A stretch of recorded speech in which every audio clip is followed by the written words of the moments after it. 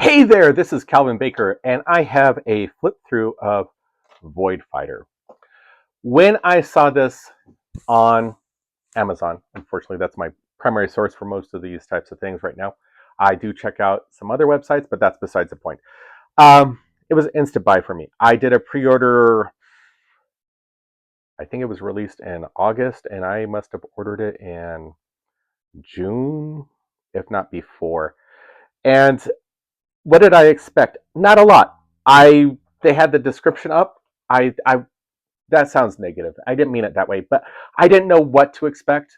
But they had this description as a war game of space fighter combat where players pilot their squadron, perform special maneuvers including barrel rolls and whatever that word is, Immelman, Immelman turns, and unleash a barrage of laser blasts, all in an effort to defeat their foes. Using a simple set of ship characteristics based around different types of dice, as well as a variety of additional traits and weapons, players can create and customize the ship of their dreams, from nimble fighters all the way to mighty but cumbersome corvettes. For players that want to jump straight into the cockpit and get to the action, this book contains a great number of existing ship types based upon classic sci-fi tropes and ideas, from space empires to plucky mercenaries. Also contained in Voidfighter are rules for a selection of celestial phenomena and other terrain types, a variety of differing scenarios, and a campaign system enabling pilots to increase in skill over the course of several games. So that's what I bought it on. And when it came out, I got it. I got it the day it was released. And I've got to say that I looked at it. I was excited. Now, I'm not familiar with sword weirdos or space weirdos. And I still was excited. It's a great game in the sense I have not played it. I am getting set up to play it. Um, I am going to be using some tokens, and I do not have spaceship models. And pardon my messy desk, but that's what it is some days. So this contains what you need to play: ID on models and ships, model scale, dice concepts, measuring distance, model profiles, the squadron. Goes over sequence of play, different phases. Each turn has command phase, initiative phase, movement phase, gunnery phase, and maintenance phase. Then you repeat. Uh, Command point etiquette. Command points are interesting because they can waive a game or sway a game or a turn. Um, Different terrain and scenario based models. The shipyard, at least I can say a pseudometaphor. The shipyard, designing your ships, ideas of your squadron, and then he gives examples of ships. Now, there is very close to 20 pages of ships in here. There are very close to 20 pages of scenarios in here. Plus, there are, well, I was going to say 3 or 4 pages. And yeah, it looks like it's about 3 or 4 pages for a campaign. Now, the campaign is not going to be. No, I can't say that. I was going to say it's not going to be what you think it is, but it is. Um, so what I hoped it would be is that you create a pilot and he fights a game and gains experience a la Necromunda or, oh, I forget. There's a lot of different. And it is, but it isn't, in the sense that it's actually a war game with this added benefit of having a campaign and a progression. And you could play. Anyway, it's open ended. From what I've heard and read about weirdos and space weirdos, is those two are also open ended. You could have all sorts of things. It's almost more dependent upon the miniature that you have or the model you have, or possibly even the game you want to play. So he has a lot of fluff. He goes into the background of the game. Then the concepts. Now, this is something interesting to me, and it prompted me to take a dowel, and you can see my kids had gotten a hold of these before I cut it, and make measuring sticks. You have a 2.5, 5-inch, and 10-inch dowel. He says it can also be simplified by having 3 5-inch dowels, the medium one, the 5-inch, but just denote the middle of each, and then also have a 2.5 and 1 and the 1 3/4 or weight. Yeah, 1 3/4 inch. God, math. Um, goes over basic things on models and ships, model scale, has die types: 2d4, 2d6, 2d8, 2d10, 2d12. That's when you are fighting or something like that, you will roll 2d8. Ah! Hang on. That was not expected. And I apologize for my lack of professionalism. But right there you have a 5, and against someone else's defense, and they defended that shot. Simple. You will have equipment like a targeter or something else that can modify your roll. You can also have like your Jedi fighter, which will have a skill that can modify your roll. You can also have all sorts of little things. And it doesn't modify it to the point that it's extreme. It does modify it to a point where it says it's worth getting or considering getting. So your squadron, gunship, the different types of ships. There's a snub fighter, gunship, and corvette. I would want different size models or tokens. It provides for that, and it says it's not something that's necessary. And in thinking about that, I can understand where you may have a little bit larger corvette than a gunfighter, but there's a chance that a gunfighter might, or a gunship, not a gunfighter, gunship, would be close to the same size as a snub fighter, or a snub fighter might be a lot smaller. It goes over the different sequences of play. Now,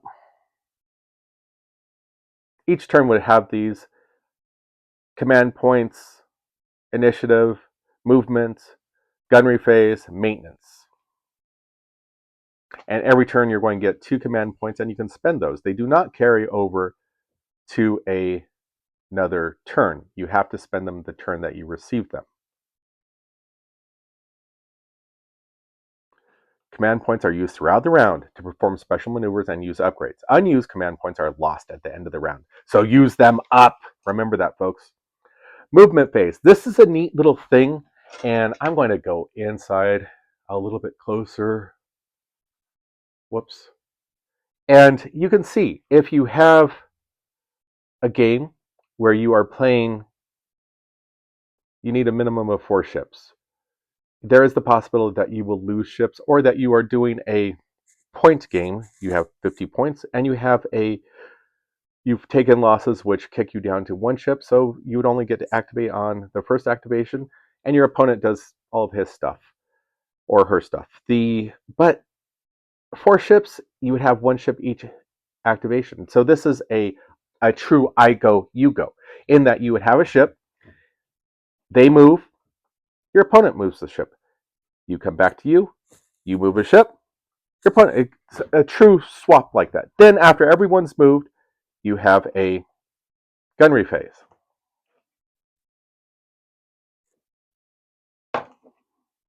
Which is where you shoot each other.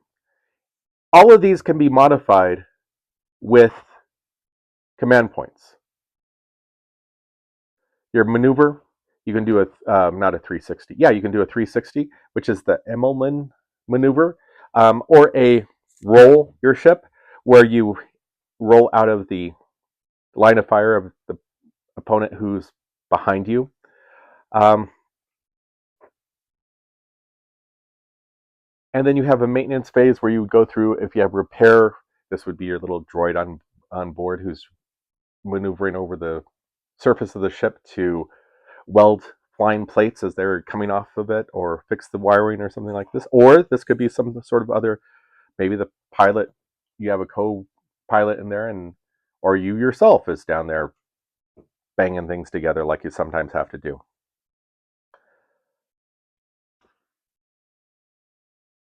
Measuring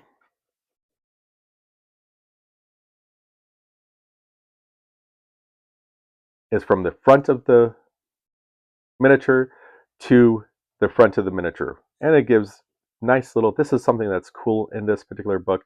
He gives nice, clear little diagrams. Shows maneuvering up here, over here. This is your roll. And so an Immelman, as I understand it, would be up and over and where you're facing back so you can return fire to the ship that's behind you.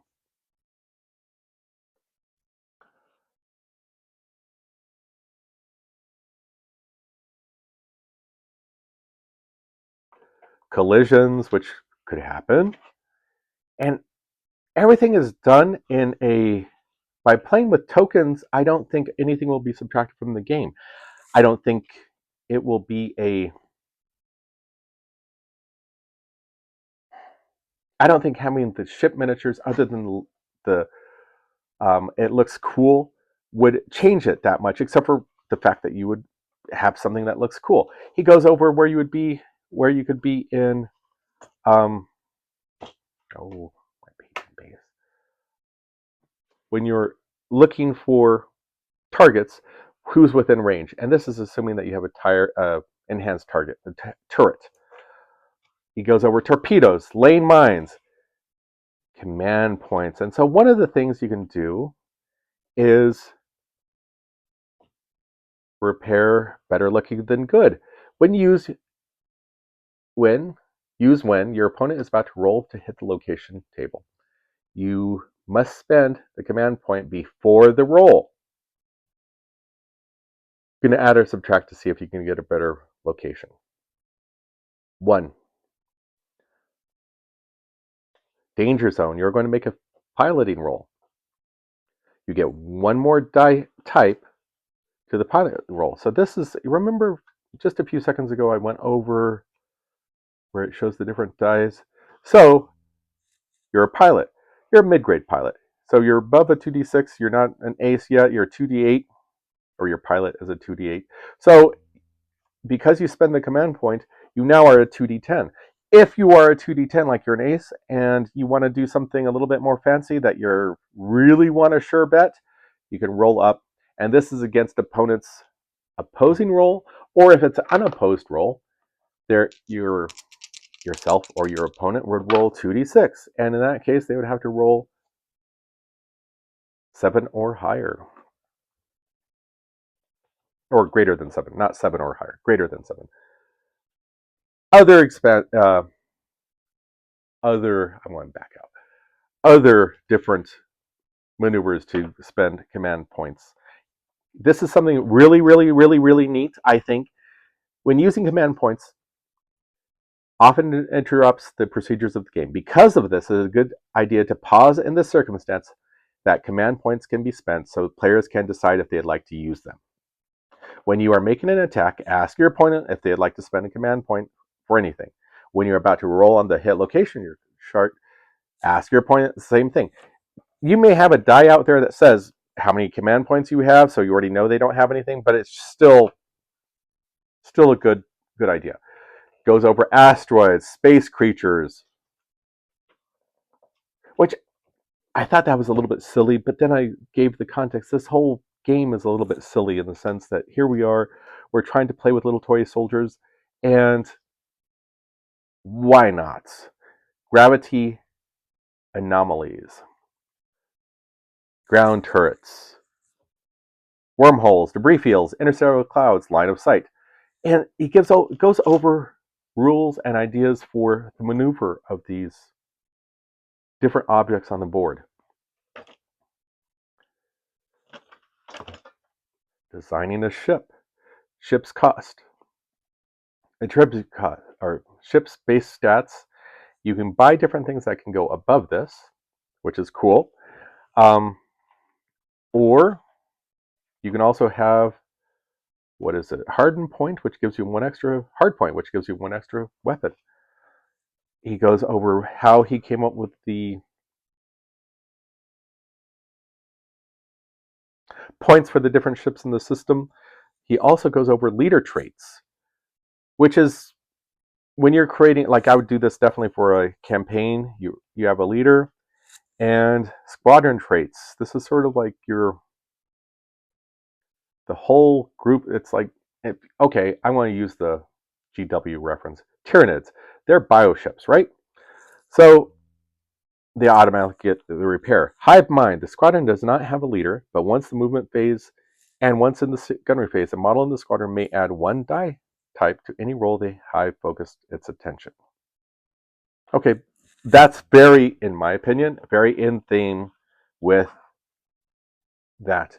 Then he starts going over his own ships and what he's come up with, and the names are great, and the different. This is set in the Sagittarian space, and that's something where it's something he thought up, he created. There's a ton of ships in here: freighters, bounty hunters, pirates. Yes, sort of your generic bad guys.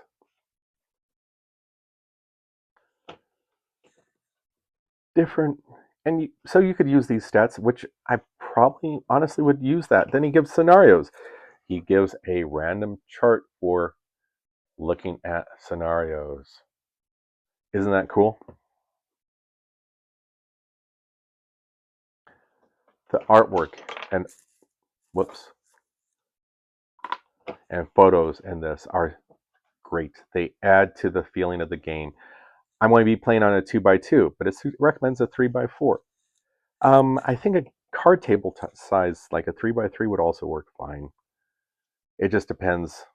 Then he goes over each scenario has these complications if you want to up your game a little bit, winning a scenario, strategy, strange signals. This is a basic scenario. This is scenario 0 to just get ideas of the rules behind you. Basic scenario 1, chance meeting. Board setup that doesn't have the different points value that you might want to play this at. 7,500, 125, 150 deployment. Rules, no special rules. Game lasts for 4 rounds. It's going to be short and sweet. It's still, some players I played with, that could still be a good hour-long game.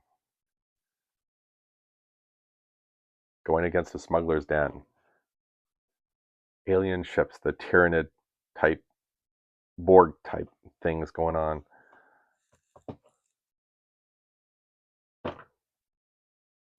Just the whole thing, it just is fantastic. Your campaign. This is something that I really, when the description of the game said that it had this is what most intrigued me. The fact that you could take your group and keep on working with them. Squadron and pilot roster. Theme, pilots.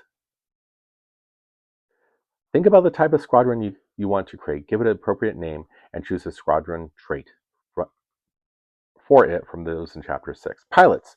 Create your initial roster of 15 pilots, 16 if you choose the Imperial number squadron. So you'd have 15 pilots.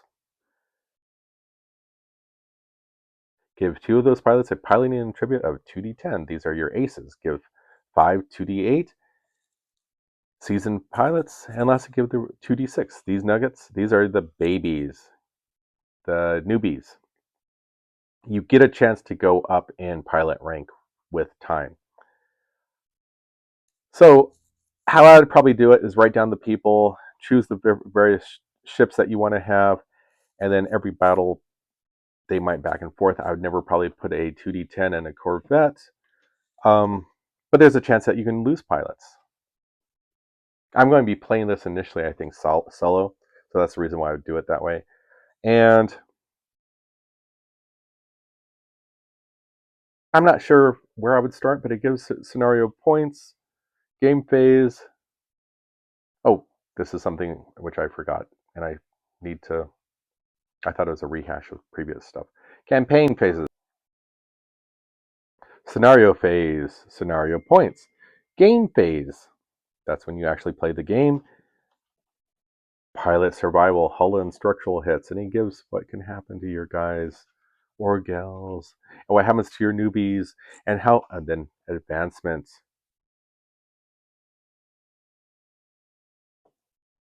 And it gives an idea of how to advance them. If your ace or whoever gets a +1 to this roll for every 3 kills they have. So your little guy, your nugget, your baby, new pilot gets 3 kills in one game. He would get a +1 to the 2d6 advancement roll. Consequences. Then he gives a whole idea if you win, loss, or if it was a tie. And a roster and a quick reference. Okay, so something he addresses in this, all the weapons are basically the same. They are whatever your imagination is. They are lasers, they are biometric missiles, they are whatever. Except for the torpedo and mine, those are different. The reason why he kept it simple like that, and he defines it, is he did not want to get bogged down in that type of minutia. And ultimately, it would not change the game that much. Having the different attributes of the ship does. It changes your play style, it changes the game, but not necessarily to have a quantum laser versus a normal laser, normal basic run of the mill laser. That he didn't feel would change the game that much, which I agree. It keeps it simple. This is something, it is a beer and pretzels space combat, but it is not just beer and pretzels. It has something more with that added attribute of the campaign. This is a lot of little game in a single book. My problem at this stage is finding tokens or minis and finding appropriate things for that. But that is a different type of problem. And what I ended up doing is I had some coin holders for pennies, and I cut out ships from one-page rules, and I use those. But I have 4 ships that all look the same. Let's say I wanted one of them to be a gunfighter. I don't have that right now. But you could print it out at a different scale and take it from there. There is a lot of game in this, and I think it's a fast game. I'm going to say you got to start looking for playthroughs of this. It's going to be an interesting little game, I think. And I think it's going to be garner more demand and respect. There is a fleet combat game already out there, A Billion Suns. There is a second edition of the game coming out. I imagine by the end of next year, 2026. I think it was, if you follow the Rule of Carnage, there is a link there, and they may still have the playtest version up if you wanted to, or you can get the original A Billion Suns. I like the idea of this better than a fleet combat, only for the sake of this is what it is, and you can get more in control and more intimate with your players at the different times. Oh, one thing I wanted to point out. So, you have your ships. Now the points are in here. Now there's a couple pages where I think that it got switched, but he has like the gunship. It says at the top, the first print, that's a bad example, but I'm going to stick with it since I chose it. Without pilot is 20 and with pilot is 17. I think those numbers should be reversed, and I'm pretty sure of that without me. But you could figure it out yourself, and you would say, oh, okay, typo, no problem. So let's go to the light freighter. This would be something a la Han Solo, or I don't know what other. Same type of thing. Without a pilot, 13. With a pilot, 16. And you can go over, he is very, very true to his shipbuilding formula. Speed 1, slowest of ships, is going to be 1 point. Having more hull, it's going to be up to from 2 to 8 points. Firepower, you want some really powerful guns, you can have 6, but you have to have the right ship that can accommodate those types of guns. And that's where he goes over. Stubfire can have a total points up to 14. That does not include the pilot. Gunship, 20. Corvette, 30. So, and because of the points, that's where I think a Corvette would be a larger ship than a Snubfighter. It doesn't have to be, though, if you're worried about the minis thing. It could be the same size. It's an abstract, what you're playing is an abstraction, and that's cool. You can buy, let's discuss something else real quick. So, I mentioned why did I mention one-page rules? Because I'm going to go get that real quick.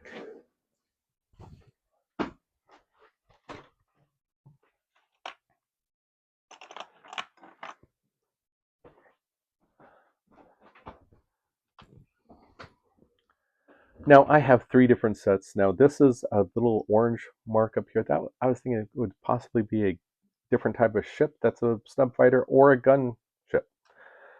So it just depends. And I reduced it, I think, by 50%. I forget, but this is free. Okay, you go to Drive-Thru RPG, you create an account, and you can download these for free. There are 5, 6 different types of fleet types. Cool, huh? Idea. They also have bigger ships, which do not fit on a... But you can get a larger... Oh, I was smart. You can see if you could shrink this 50%. Maybe go into a little bit more, 80%. And you could do a little bit larger one of these. I have some for 26mm coin holders, which are great. They're for like a gunship, even a Corvette. This is more like a... It still would have to be reduced. It's not going to fit as I see it and measured it. It wouldn't fit into a traditional coin holder that I could find. I might be wrong. Please, if you have a comment or you want to suggest something, point me in that direction. You know, I could... Comments would help. This ship, same type of thing, 50%. You can see it working out. Different color. I'm not showing you all the... And then you have your debris fields. Asteroids. You can glue this to cardboard. Oh, different game. And more debris fields. Strange anomaly. Strange anomaly. So, it's there. There's, if you go to Planet Smasher Games, on one of the blog posts there, he has a link to all the different minis manufacturers and suggestions. And he also goes into, he has a couple, like 4 listings for paper minis. One of them has 4 or 5 different sizes of ships. Oh, I can't think of the name now. Okay, anyway, listen, give this a shot. If you like this content, please remember to like and subscribe. That would be beneficial. Give me a comment if you have any suggestions. Let me know. Again, why didn't I do this before? I don't know. Review it on here. I don't know. There's 2 or 3 already up there, so I'm a little bit tiny late coming into the game. But I think it still merits looking at, and I still think that I have something to contribute to you thinking about this game. Thank you very much for your time. Hope you're doing okay. Take care. Happy gaming.